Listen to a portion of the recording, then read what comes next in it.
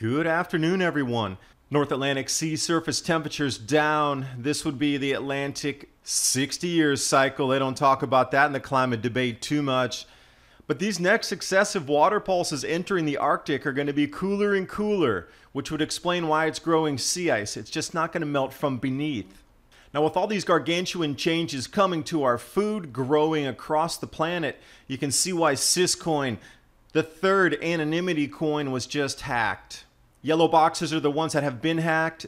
The rest of the list is Anonymity coins, which allow you to buy, sell, trade anonymously. Digital wealth management, meaning cryptocurrency, expected to eclipse 1 trillion by 2022. Problem is, millennials, they're not buying gold. They don't trust banks. They don't trust the stock market. They're going into crypto. But anonymity coins, you can't tax that either. Sovereign cryptocurrencies, meaning national governments issuing their own, blistering pace in this. But Japan outright bans all anonymity coins. I wonder why. Beyond the tax is all Bitcoin transactions, Bitcoin futures, ETFs in the stock market, that can all be taxed and traced. But the underlying layer, which I really believe in my own opinion, is this National Defense Resources Preparedness Act, Executive Order 13603 from Obama. The national government can confiscate anything and everything, and you better be careful not to flag your purchases. Looking out to the solar activity forecast up to 2045, declines below 50 sunspots, let's bring that in. We're looking at something like a 1.5 degrees Celsius drop planet temperature-wise. We see this in the ice cores, that volcanic ash layer. These are cycles. More ice on Greenland, which is an outlier. Nobody wants to talk about this. But your anonymity to protect yourself while you get ready for the grand solar minimum is of utmost importance. Choose wisely. And during this time, you're absolutely going to need to grow some of your own food to supplement these rising food prices. Radish sprouts, sunflower sprouts, you can grow those indoors. Learn how long it takes to sprout out a batch before you can eat it. And the Adapt 2030 link for TrueLeafMarket.com, as well as the links to all of tonight's images and stories, are in the description box below.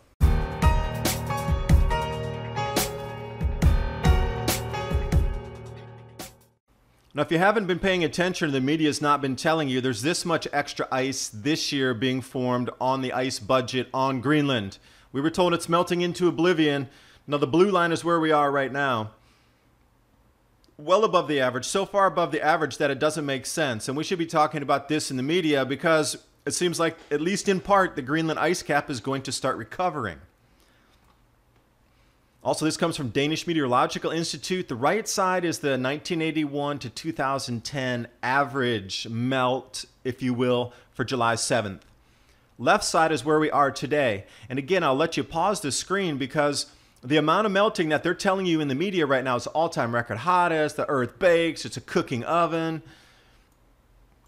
How is it that Greenland is completely below the normal on the melt then? And for those of you in Europe, your heat wave's about to come to a rapid end. That tropical storm, or whatever it's turning into as it reaches more north, comes across Greenland. It's going to swing down, and then your temperatures are going to drop something like 6 to 10 degrees Celsius. So that heat wave that the media is talking about is created by global warming. What suddenly ceases when a new storm comes by. And also look way far north above Norway up there. Look how cool it is comparatively. And also coming back to growing your own food.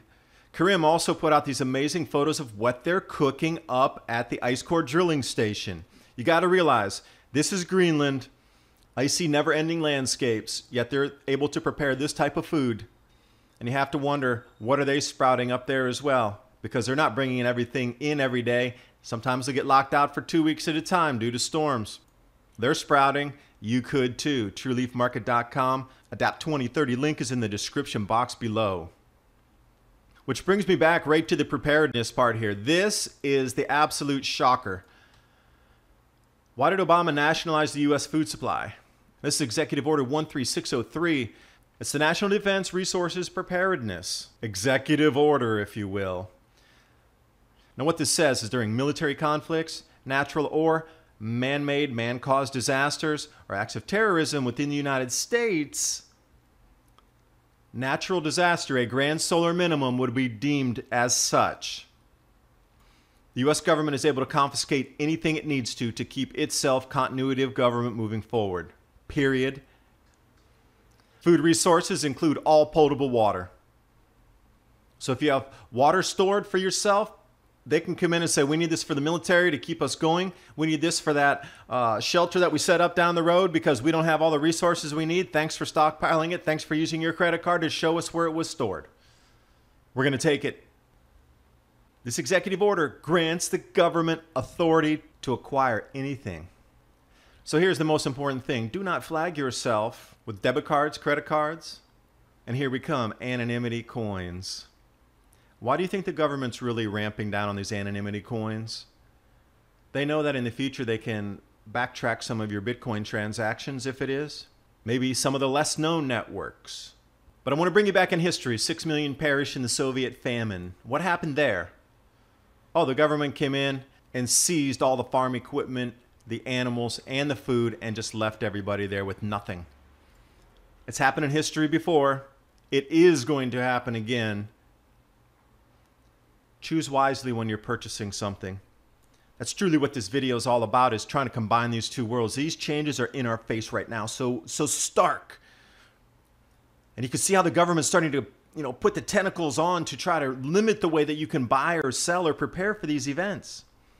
Now they're even coming down into the cryptocurrency world to try to limit even that your anonymity purchases.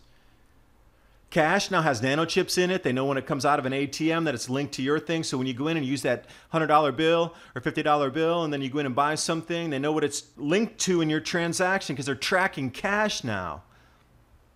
This is your last true avenue to anonymity. Which one of these that you see here would you use to stay anonymous? Monero and Dash. Those others that you see, they track.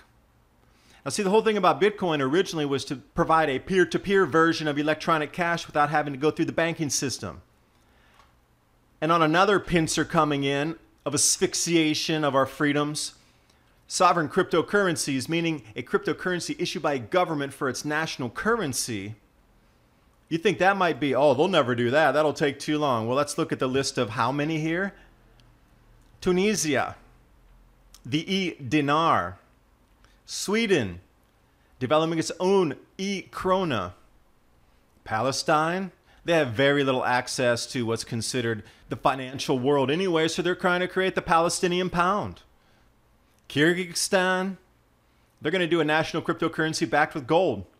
What do we got? Senegal, this is going to be the ECFA, and they're going to try to bring in all the underbanked or unbanked population. Now you got to realize they're starting in Senegal, but this is going to go right over to Benin, Togo, Ivory Coast, Niger, Burkina Faso, and everything West Africa. All national currencies, cryptocurrencies. And then we have the Marshall Islands preparing its own cryptocurrency. And you thought it was small island nations and little economies. No, Canada's going to do it too. CAD coin, and then there's talk of the US government doing a Fed coin, and they are going to try to force you to use the Fed coin, and they're going to force you to turn in your paper to get Fed coin money. And if you don't, your little paper will be worthless. Estcoin with Estonia going at it as well. The list just keeps going and going. We got Scotcoin for Scotland, Argentina, the Peseta coin from Spain, not really in its national banks yet, but planning to.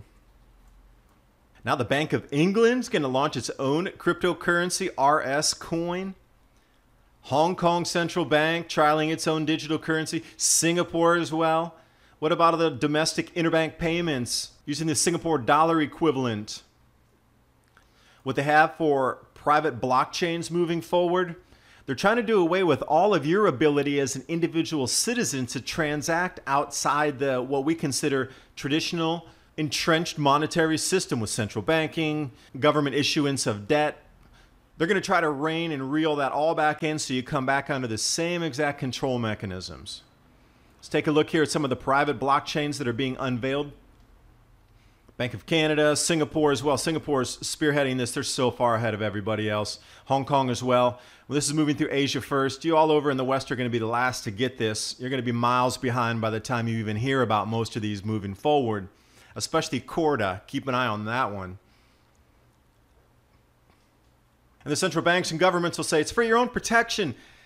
Bitcoin's so volatile, people are going to lose their investments. Well, yeah, how much money did people lose in 2008 and 9? How many people were made homeless because of that? Oh, you protected us so well. Thank you for doing such a great job in 2008 and 9. We came out of that unscathed because of your protective hands, enveloping the markets and protecting all of us citizens from bad things that could happen. Not. But they'll keep trying to sell you the same thing of, oh, we need to protect you, it's too volatile. But they forget to talk about how volatile gold was. How quickly we forget our history. And now look what's going to be next. I'm calling this that eventually they're going to try to outlaw this new business model that's coming through with the cryptocurrency exchanges themselves. Okay, we understood all the ICOs are being incredibly regulated. So what's the new business model? Exchanges are issuing their own tokens so they could be utilized inside their own ecosystem so it doesn't count as a security outside in the ICO world. People are making vast fortunes doing this. Think about if you would have got Binance coin. That thing was 12 cents just last year. Now it's $13. Now this is all based on the amount of value that you can get inside the exchange, buy, sell, trade. Now this also includes those anonymity coins. Take a look at the exchanges that are offering the most anonymity coins and you'll see the ones that they're having some incredible volume on them. So Coinbene, they're going to be issuing their own coin. What about BitZ? How about BitOEX up in Taiwan? How about Fcoin? This is the Huobi folks that are doing that. What about the Ocean? This is a new one you want to keep your eyes on as well. And this is in no way, shape, or form investment advice for any of you out there. This is just looking at a trend in the future. Hey, look at that Model T Ford. I think we're going to go away from horse transportation and start using these vehicles that burn fuel. It's the same thing. We're looking at a trend. This is a new business model. The more those exchanges create in volume, the more money you make by holding their tokens. This has gone around all the rules set by the SEC. The ICOs, they don't have to issue it. They're just issuing their own native token like an airline mile, if you will. This is the new play. This is what's going to try to be regulated next. The dominoes fall where the money goes. People in crypto are smart. They're outdoing and they're maneuvering 2 or 3 steps ahead of federal governments. Now, as soon as the federal government plays catch up 3 steps behind, they're like, oh, that's going to be illegal now. You can't use a token of your own issuance inside your own platform and let people trade anonymously. That ain't going to happen. We're going to come in and regulate it. So watch how many of these are going to be regulated in the future. So if you're transacting with any of these 3 on the screen, you're being tracked. If you're using any of these on the screen, you have a great chance of being able to prepare for the grand solar minimum without Big Brother knowing what you're buying. And I truly want to bring you back here. This solar activity should be a stark wake-up call for you. We are going back into something we have not seen in 400 years. You need to prepare. And again, I will say you better choose wisely in how you transact so you can buy without people knowing what you're buying. Thanks for watching. Hope you got something out of the video. I also run the weekly podcast, Mini Ice Age Conversations, where I post 3 to 4 times a week, longer, more in-depth commentary with interesting guests, all about the grand solar minimum, where we're going with food pricing. And please remember to subscribe and click that bell if you got value out of this video. I'm trying to grow the audience on the road to 100,000 subscribers. Help me get there.